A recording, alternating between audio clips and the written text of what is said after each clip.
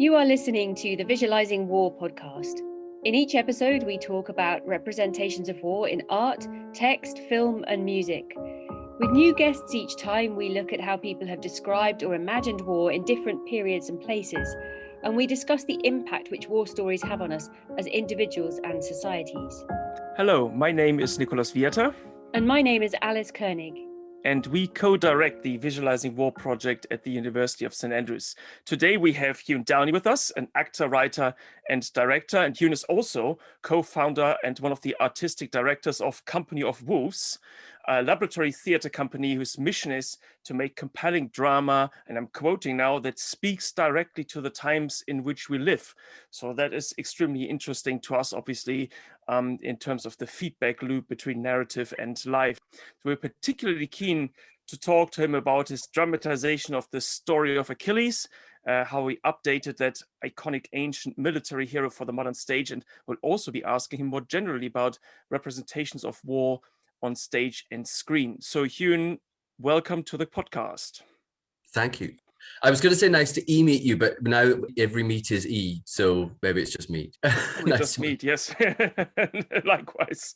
Could we, get the conversation started by asking you a bit about your own background, your work, and your company? As you said, I perform, I write, I direct, I also teach, and my primary thing that I do is I run Company of Wolves with my wife, Anna Porkansky. We're a laboratory theatre company of sorts, which for people who don't know, which probably is almost everyone, it's a form of experimental Polish theatre where you make work by a deep training process. One thing that has been said to me about it is the idea is that the people should be able to change in the process. The process should have the depth and the amount of time that people can transform. So it's not like you're playing characters and you're just using your skills. You should change in the process of making the work. And in fact, you're also running workshops, is that right? Yes, we normally teach quite a lot of workshops that are open to the public to learn aspects of what we do, particularly around movement and around voice and around a kind of attitude of play towards how you use your body and your voice and how you play with each other. I've avoided using the word play for many years because often it gives you the idea that it's not very serious, because it should be fun and serious at the same time. It's more like the way that children play, where it's deadly serious. For us as people who work on literature and also sociological approaches to literature, that's a familiar idea, the idea of play, of life as a form of play and performance. In fact, there's a whole theory out there that looks at it that way, and it's very helpful to understand how we act as human beings, how we fit into different contexts, how we make different contexts work, for us, with us as personalities. So just as a follow-up question, Ewan, so is that right? You said it's open to the general public, so it's not just actors or aspiring actors that attend those workshops. It's for everybody, and it kind of feeds into this idea of interacting directly with the times in which we live. And Absolutely. I mean, how well exactly we've done this up to this point is an open question. We do get people who are not actors. We do get people who are not artists. Usually they're a smaller proportion than we'd like at the moment. We don't do actor training. I teach at drama schools and I don't consider what I do actor training. I would consider what I do is it's about training people to be more complete people. It's about a kind of a holistic process. Steve Paxton, who invented contact improvisation, sometimes says that he became a dancer to complete his movement education. Because we're not fully formed at birth. We can keep learning for our whole lives, which is very unusual for an animal. I think that's what it's about, learning to have access to more of your capacity as a human being.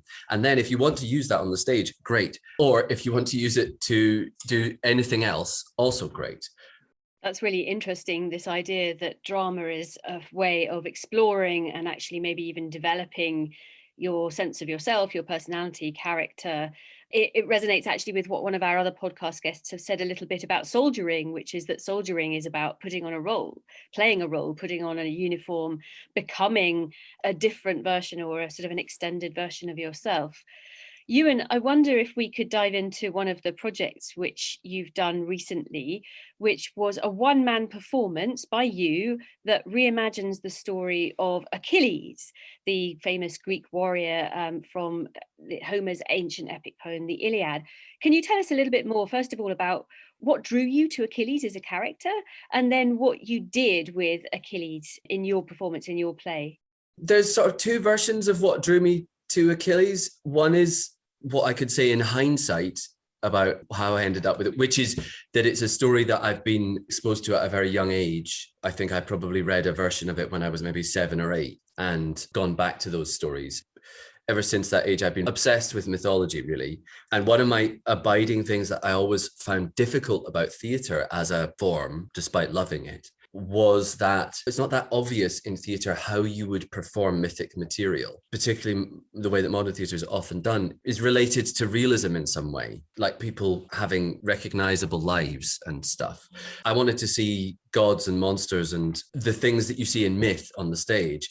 And it's quite hard to know how to do that, or at least it was, given the sorts of theatre that I saw as a young person. So that's one answer, is that I've been obsessed with mythology for a long time, and I've been looking for a way to use it in performance for a long time. In the actual making of that show, the answer is Achilles came quite late, and I had the idea of making a solo show because I'd never worked alone. I went into a room and I started to work, and I made quite a lot of movement material, and I found some songs that I knew that I wanted to work with, which are Greek songs from the border of Greece and Albania, quite old. And then it was a long time into the process.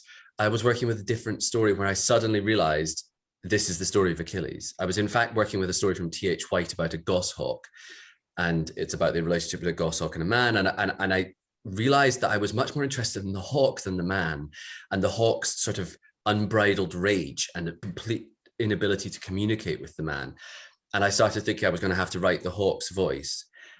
It wasn't really clear how I would do that. And then suddenly it became blindingly obvious that the character that I was looking at was Achilles, because the thing that T.H. White says about the hawk is it just bursts into this uncontrollable rage where it will hurt itself and other people, and a bait, they call it, when a bird sort of will wreck everything, including itself and its own feathers. And its own.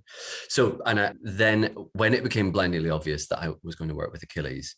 So the story of Achilles sat with you for a while, and then, as you say, it was something that sort of emerged as you were working with what you felt like a different story, which is really interesting to us because we're quite interested in archetypes and in the way in which archetypes of militarism, heroism, war itself keep resonating through history and recurring. Could you just tell us a tiny bit more about the shape of the play? Do you tell the life of Achilles in it, or do you focus on specific aspects? The shape of the play is an adaptation of some bits from the Iliad.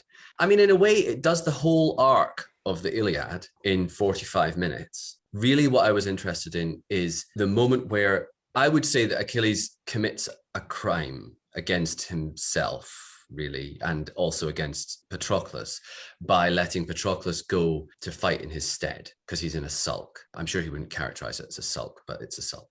And his best friend dies because he didn't do what he should have done, really. He knows that he's done something wrong. And from that point, where his reaction to discovering that his best friend has been killed because of what he did, his reaction then is to go back to the war and kill everybody, basically, until eventually he gets to Hector, who's the person who killed Patroclus. And then he takes revenge on Hector. He kills Hector. And then afterwards, he disrespects his body and drags him behind his chariot again and again and again and again. And that's the arc that I take in. There is another bit of the story in the Iliad where Hector's father comes and asks for the body back, and Achilles does give it back to him. And I don't do that in my version, partly because I'm interested in people being wrong, and I kind of think it is beautiful at the end where he gives the body back. But I didn't really want to let him off the hook like that. That's really interesting that you want to focus in, you zone in on Achilles' crimes, effectively, his rage, as you say. The connection with Achilles came out of a sense that you were dramatizing rage. So you've zoned in on that. And I think that sense that you don't want to give Achilles any sense of redemption is quite revealing about how you respond to him, how you feel about him as a character. As you say, the wider Iliad contextualizes him more, explains his sulk, gives him that sense of closure at the end. And in your production, you want to kind of keep with the raw rage and in a sense decontextualize it, and just, is that right, just look at Achilles's rage in its rawness? Yeah, I mean, there is some context in the sense that I ground it in this was actually a problem with the play in the beginning, because one of the things that I did was I really just did the bits I was interested in initially. And the bits which I was really interested in are the really being in a state of horrible grief and taking revenge. Those were the things that I felt were key. But the problem with that is that if you don't give people any context, then you come and see a show where somebody is having a very intense and terrible time on the stage and you go, well, okay.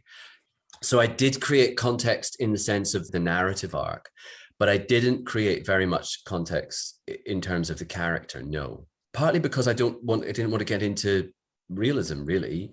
Sometimes it can give us a way to insulate ourselves and say, oh, well, I'm not that sort of person, and I didn't have those kinds of experiences, so I couldn't possibly have anything in common with that thing that he's doing. But actually, I think that impulse to lash out is in all of us. I mean, I think most of us take it to the extreme that he does. And that impulse to just go beyond what is actually human, really, is what characterizes Achilles, really. It's what he represents, of what he is. One of my kind of initial things with him is that as a child, when I read the stories, they always talked about him as a hero. And in the children's versions, he is represented in a way that you would probably recognize as being heroic. But when I read the Iliad finally, when I was probably in my early 20s, I remember being absolutely floored by how awful he is. It's not just that he's a great warrior, the greatest warrior, it's that he's completely unfair. It's like it's like, you know, setting Achilles on an army is a bit like a drone strike. There's just nobody else has a chance at all. They never had a chance. And yet we're calling this person a hero. And it's not really what we understand in modern terms as being a hero. Can you be a hero when you're the person who drops a nuclear bomb? Is that a heroic action? I don't think it is. That's really getting us into some interesting territory here. So this idea that, in a sense, myth, which you don't want to make really realistic, can actually reveal some incredible truths about the frameworks through which we understand war, the stories that we use somehow to massage the truth about war almost. I think it's a not an uncommon experience that you've had, where your sort of first encounters with ideas of heroes are quite anodyne, quite benign somehow. It's really interesting to hear you using this heroic character, this archetype from history, to profoundly question that. And I love this analogy that you've got of Achilles as a drone strike, because that's unfair. It's helping us visualize this hero, in quotes, in a completely new light. I think actually, when I was doing my adaptation, I always had in the back of my mind Ted Hughes's Tales from Ovid. And he uses those sorts of, like, he updates some of the metaphors in a way. So at some point he talks about Zeus, and he talks about the nuclear blast of his impact and that sort of thing. And I think, you know, it can be overused, but that's what we're talking about, I think. We're in a time which is very strange with war, in that we're getting further and further apart. That you get, when humans started out, we were using flint knives and stuff. You had to get pretty close to somebody to kill them, and you had to really feel quite strongly about it to want to do it. And it's just got further and further apart, because even if you're using a plane but you're in the same country, yeah, it's very unlikely you can be got at. And I think a drone strike on a computer screen, that's a whole different scenario now. I think one of the things I also found extremely interesting, a way in which you're using the Iliad now to question some of these ideas, but originally there was a version of the Iliad out there that put a certain idea of warfare and heroism into your head in the first place. So it's also very interesting to see how ancient texts are being used, have been used all the time to create a certain idea of warfare. You often find this when complex works are abbreviated for children, for example, and that often has, I think people often don't realize what kind of profound impact that has and how much is lost. I'm thinking also of Moby Dick, for example, which I think most people in Germany would tell you it's a children's story, because you get it in this kind of, they concentrate on the whale hunt and, the adventure aspect. But of course, everybody who's read this book knows it's about a lot more than that. So it's really quite interesting how dealing with those ancient stories in the first place creates an idea of heroism. And now we're using the same story to actually, look at this critically. For me, that's maybe why I've always been interested in mythology. Maybe we don't have mythology that's properly adapted to the modern world, but we still have Stone Age brains. So maybe it is better that, maybe it's still quite good. But I think that mythology, it should disturb you, like shake you up and make you question how some quite important things fit together, and wonder about who you are and wonder about what sort of person you want to be. The thing I like about myth, I think if it's worked with in the right way, they are not black and white. And I think anything that pushes us into not giving binary answers is really uncomfortable, but actually really useful. Your show, Achilles, is in part about heroism, exploring models of heroism, exploring boundaries of behavior. Were you also trying to communicate things about war itself, or is it almost incidental to what you were trying to do in that show? What I was most interested in was getting at the core of his experience. I wanted to try and, as much as possible, put myself and the audience inside his experience, but also actually inside the experience of the people that he encounters. A lot of the time in that show, my perspective as a storyteller, a lot of it was words, but there was also songs and movement in it that had a function a bit like choruses in ancient Greek theatre. Because I've not been in a war, and I've not been in many fights either. I did a workshop with a guy called Rory Miller, who's a really interesting person. He wrote a book, Meditations on Violence is his book. And Rory Miller is an American person who used to work in a high security prison and a martial artist. So his job was to be in a potentially lethal hand-to-hand fight almost every day for 15 years. And his book, he writes about what that's like and the perspectives that gives you on things. And I also did a workshop with him because I wanted to, it turned out he was doing a workshop in St. Andrews actually while I was rehearsing. And I thought, well, I've obviously got to go and do that. But so I did do research, but I wasn't thinking about portraying war really. It was also because it's quite individualistic. Took the show to Aberdeenshire, and a guy came up to me after the show, this huge American person, and he said to me that he had been in Afghanistan and in Iraq in the American army. And he said, I just wanted you to know that this is exactly what it felt like, which was a sort of an amazing to hear. And I'm sure there are other aspects to war that I didn't capture, but it was good to know that at least for that person, it had that kind of credibility. One of the things that I'm always interested in capturing is what's the impulse behind it. And because it's based in a kind of grief turning into rage and a kind of traumatic response, that might be what gives it credibility. So it's probably fair to say this is a piece about war, but it's also about all the implications that war has, acting in war, things that make people go to war, but also questions about grief, rage, violence more generally. Here's the link again, I guess, with sort of one of the core ideas of your company, which is to connect with what's happening around us now. And how these stories are a great medium to think about contemporary concerns, contemporary questions. I was thinking earlier on, what is it that holds together all the pieces that I make? I suddenly realized, I don't know if I've really thought about it in this way before, but what I'm interested in is empathy, or the ability to feel other people as real, which is like maybe another way to put the same thing. If we can understand that, maybe we'll not be so awful to each other. If you're interested in health, you become interested in disease. So I'm interested in what it is that makes that fail. And what are the situations in which that ability to recognize people as actually people breaks down? I love the analogy that you've just made there, that the dramatist and the actor is in some sense actually a doctor or someone who's into diagnosis. Some of the things so you're interested in empathy, but I think you're also interested in subconscious as well as behavior. And some of the things that you're saying really connect with what one of our other podcast guests in the past has talked about, Mike Martin, who's written a book called Why We Fight. And he talks a lot about the fact we frame all sorts of reasons for why we fight. We come up with political reasons, we come up with religious narratives and explanations, but ultimately there are an awful lot of subconscious drives. And as you say, if you can unlock that understanding of behavior, individual, very personal, passionate behavior, and look at it, put it under the microscope, as I think your plays do, then we might get to a position where we understand each other better and where empathy actually then flows. So it's really interesting to hear the way you're talking, to think about drama as some kind of intervention, some kind of diagnostic, but potentially almost curative intervention. You mentioned earlier, there's a mix in your play of words, movement, song, the Greek chorus, and so on. I think I want to take this opportunity just to tell listeners that they can watch clips on your website, one particularly impressive clip on the companyofwolves.org website. Could you just tell us a little bit about the balance between words, song? Did you take words from Homer's Iliad, for example? Are they all your own words? Where's some of the inspiration from?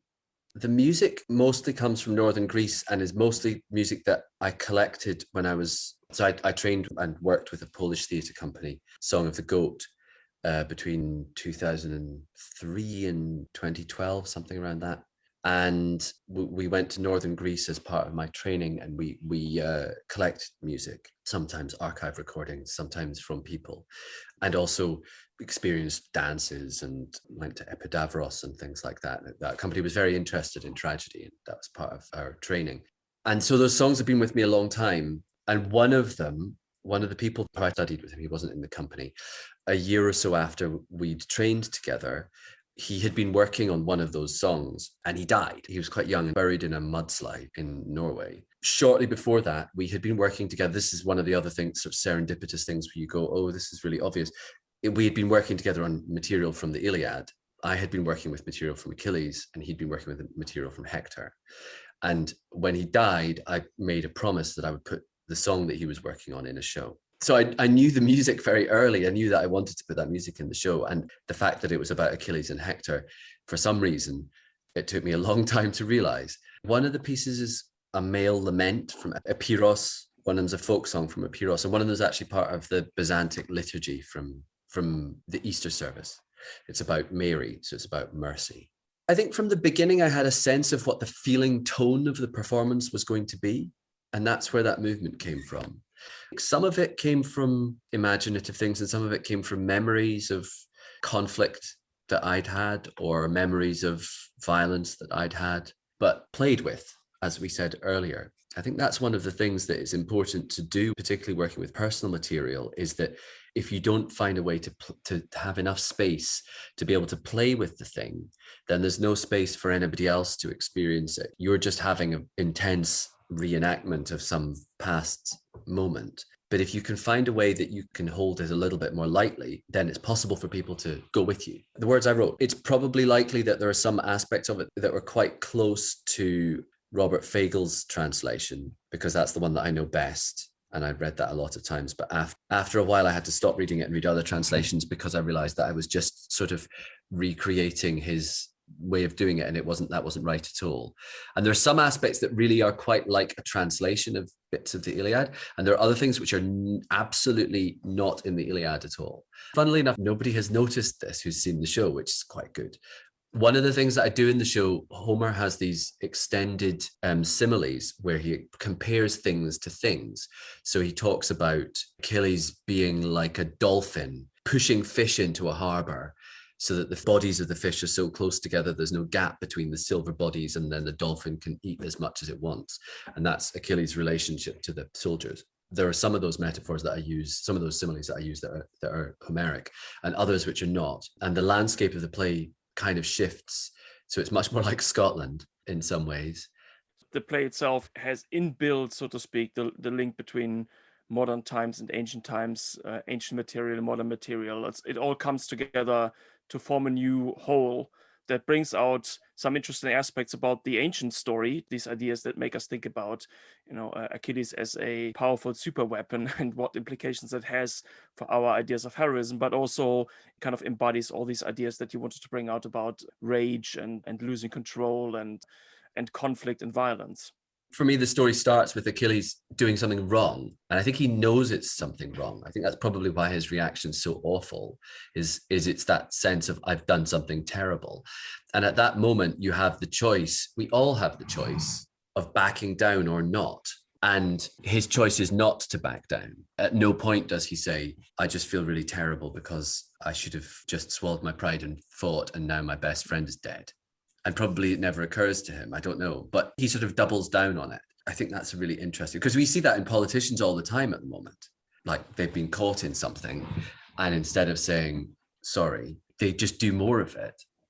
I guess that's kind of the tragedy inherent in Achilles' story, that his attempt to hurt his own people as much as possible ends up with him being hurt more than anybody else, because Patroclus dies in the process. And I think it's good that you're focusing on this moment, because that's a moment where he's setting Patroclus up to die almost by giving him his armor and putting him into shoes that he can't fill those shoes, right? The other thing which I think is really interesting to me is the emptiness of revenge, because in the end, he kills Hector and he just keeps dragging the body around and around every day behind his horses, because the fact is that it hasn't made him feel any better. In a way, he couldn't possibly kill Hector enough to feel any better, because actually the thing he needs to deal with is what he's done. He needs to deal with himself. Yeah, so there are many ways in which that some of the things that you're exploring, Achilles as a drone strike, the massive impact that one person can have, might resonate and might help you, us, everyone think through some of the experiences that are closer to home. I think you're getting to something really interesting about storytelling here. And it's something that, again, a different podcast guest has brought up a little bit. We interviewed Harry Parker recently, who wrote a novel called Anatomy of a Soldier. Now, it's a fictional experience, but it's very, very closely connected to his own experiences of serving in Afghanistan and being blown up by an IED.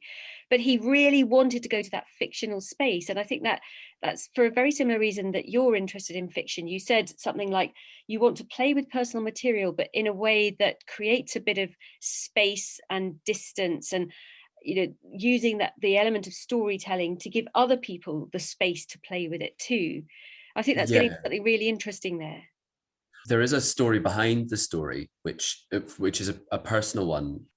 So the guy who had the song, who died, who I promised to put this song in a show, in a sense, this play for me commemorates him and also a couple of other men that I've known that died quite young. And all of them had a kind of quality. To me, they represent something in that they were kind of lost and kind of angry and kind of looking for something, looking for who they were, I think, and couldn't find it. And all three of them died around about the age of 27.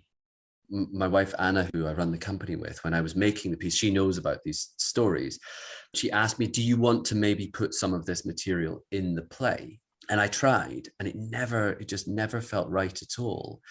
And it makes me think about, recently I heard this quote, I can't remember the name of the writer who said this. I think it was Robert Rodriguez, perhaps, said, some things are so personal that we can only tell strangers. I think it's not quite the same thought. I feel sometimes talking about personal experience on stage in a way that is so personal, for me, inserts a kind of falseness into the story. Just the fact of telling that story on stage makes it become a fiction already. And then the fact that I'm pretending it's not a fiction makes me does something so that it doesn't work for me. Whereas using that experience to power a piece of fiction feels like it's telling the truth much more. And maybe that's really where the power of all kinds of stories reside, no matter what medium we present them. Is at some point it's up to the reader to unpick these things. Just, like we've been talking about the story you created, but clearly you are a reader of your own story once you talk about it. And that's the whole point. At some point, the reader, the audience takes over and makes these connections and makes these links that help explore the text and that trigger this kind of thought process, emotional process, intellectual process that comes out of the engagement. For me, that's the really important point about a piece of work that I'm making. One of my desires for anything that I would make is that it's a practice for yourself. For the performer, the questions in it are live. They've not been settled. Each time I perform it, I confront those things anew, and the answers that I give inside it are slightly different. Maybe there's no answer, but the attempts at answering are a bit different. Hopefully that can provoke a similar kind of live search in the audience. Howard Barker says somewhere that theatre shouldn't be a reassuring experience, but it should be a really destabilizing experience. He says a piece of theatre should be like the grain of sand in the oyster's gut that over time can be turned into a pearl. So we've been talking about a story that in various different media, that we know in various different media as a children's book, as an oral epic, originally an epic that was written down at some point, and now you're transposing it to the stage. So where do you see the particular advantages of staging something, this kind of very strong sort of embodied presentation that you have on the stage, as opposed to the other possible forms in which the same story could be told? There are different ways of staging a thing as well. So the advantages might be different. What our Company of Wolves, my wife and I, the way that we tend to work, interest is about intensity of experience, really. That you almost don't breathe from the start to the finish of the play, and you come out the end and then suddenly you're hit by the whole thing. And then you have all these kind of conflicting energies inside you that it takes your body, mind a while to sort of work out, where does this all go? It's almost like a transfusion, I guess. And that kind of a transfusion, it's not necessarily that theatre's best at it, but it's probably one of the only places you can do it because you're in the same room as each other. And I think that's what's unique. You could tell the same story on TV or in a book, but you can always stop the TV and go away or put the book down. And even a film is different because the performer can listen to the audience and start to sense when they're pulling away because something's too much. And then you sort of slightly change the way that you do the next thing so that the people then are drawn back in. So you're all the time saying, it's okay, come with me. We're going to go some places. This is going to be quite a journey, but you're going to be safe. It's okay, come with me. And that is something which can only really be done in the same room as other people. That's making me think actually back to the sort of the traditional oral storytelling format of the Iliad, which obviously got written down at some point in one particular order and one particular form. I'm really now enjoying playing with the idea that at times the performers would have been responding perhaps to audience and adjusting maybe the way in which they were telling that great war story, depending on audience reactions. I suppose that brings me on to a sort of a follow-up question. You have managed to perform this. COVID pandemic didn't bodge Achilles. You'd done various performances before the pandemic hit. You've mentioned how one particular audience member responded. Could you tell us a bit more about how other people have responded? I think you've done some Q&A after the show, for example, thinking about issues of authenticity, just what people have taken from the play about Achilles or about war or about the human condition. It's been one of the more satisfying performance experiences from that point of view in my life. In that, one of the things that's really unsatisfying a lot of the time when you do post-show discussions is that they ask a lot of things about the sort of details of the show. Oh, why did you do that? Or what was that for? Or those sorts of things. So questions about making theatre, they are perfectly entitled to ask those, but because we've just made a play, it's not that interesting to us. In the case of Achilles, though, people didn't ask those sorts of questions at all. I mean, the first Q&As that we did were at the Citizens Theatre. It was apparent to me that something interesting was happening because people wanted to sit and talk afterwards. A lot of them did. And then they would say things like, why do we still kill each other? Why do we still make war? Why can't we get over this? That sort of thing. I mean, for me anyway, as a theatre maker, that's exactly what I would hope to happen, is that people would ask those sorts of big questions, which probably don't really have answers, but I think it's really important to ask them. You're really exploring war from the inside out, from the individual in this incredibly visceral way. So that people actually do come to the end of your show and ask those big questions. Why do we still kill each other? Why are we still at war? And you say you want it to be horrifying. So I suppose, the next question is maybe going to be annoying because it's trying to put a kind of black and white spin on things. Would you say that this play is anti-war? I don't know that I have sole ownership as to what the play's about. I have some idea as to what it's about, but I'm not sure that I have a better idea as to what it's about than other people who've seen it.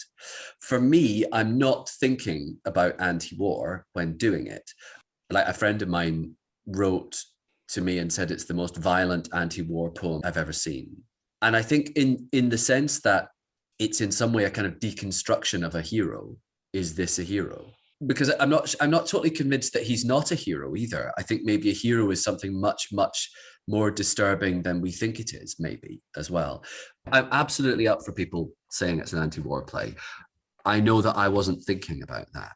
But also, again, I grew up marching for CND and my parents were in, anti-war, anti-nuclear movement. And it's amazing how we've forgotten this almost. I've forgotten it.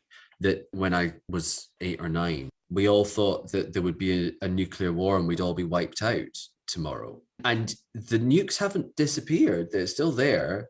And actually a lot more people have them, but we've sort of forgotten about that. But that seemed very real at the time. So I think that's in there too, I expect, is that you could say it's anti-war because in my bones I am anti-war, which is not to say that I don't have sympathy for people who are involved in it. And one of the things which I'm really interested in is how could I end up in that situation? And one of my earlier shows was about, another light show, was about torture and was about what would be the journey? Because I don't believe that, well, maybe I would resist, but how could I end up being a torturer? You spoke a little bit about a previous show. Can I ask about future shows? What's in store for us? What's next? Will you stay with war? Will you keep asking questions about war and violence and conflict? What do you have planned?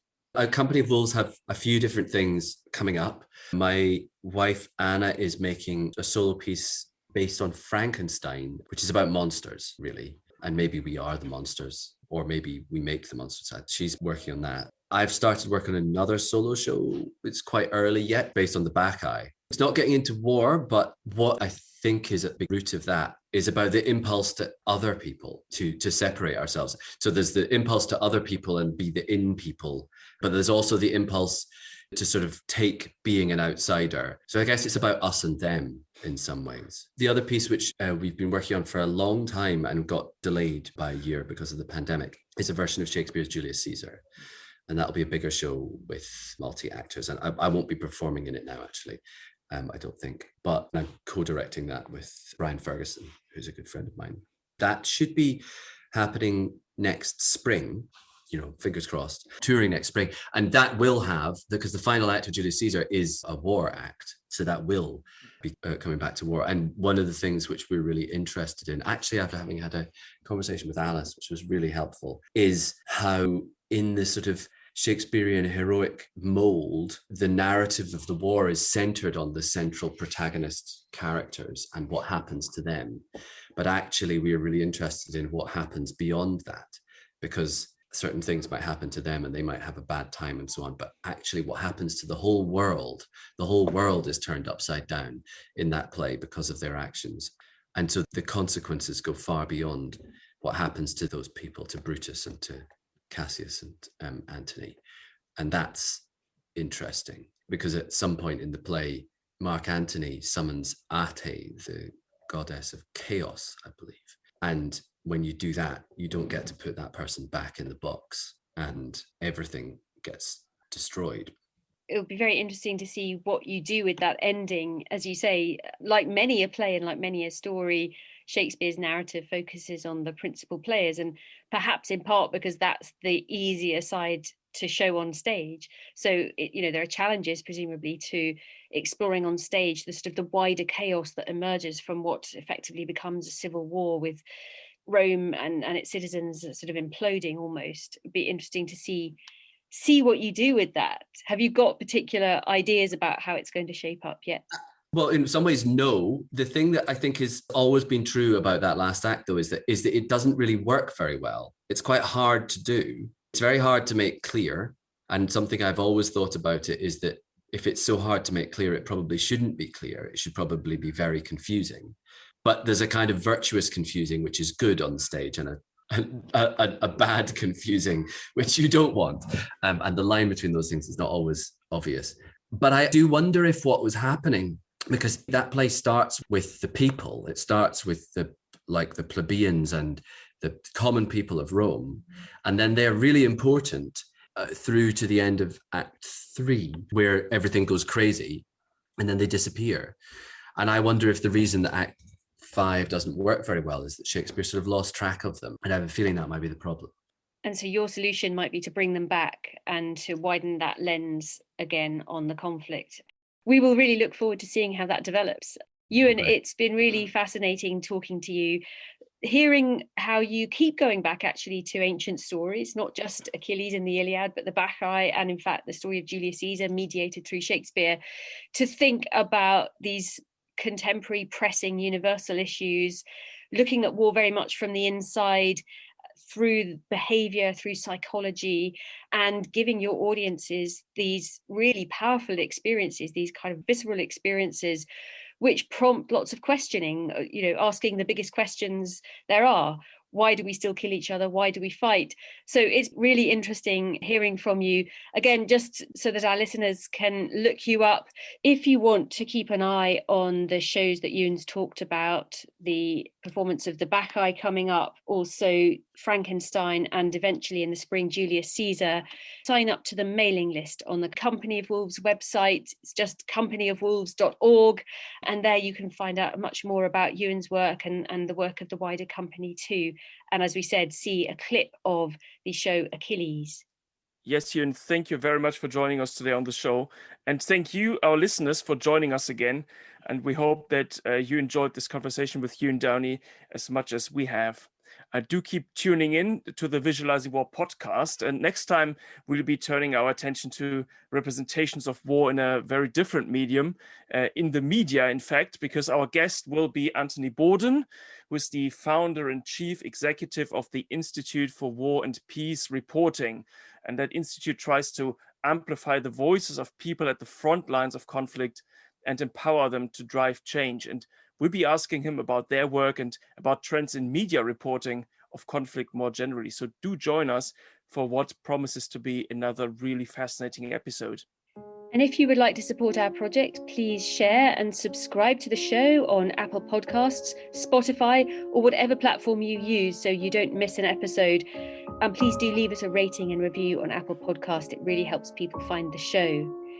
If you would like to join the conversation further, you can follow us on social media. Just search for Visualizing War, or get in touch directly by emailing us at viswar@standrews.ac.uk. Our theme music was composed by Jonathan Young.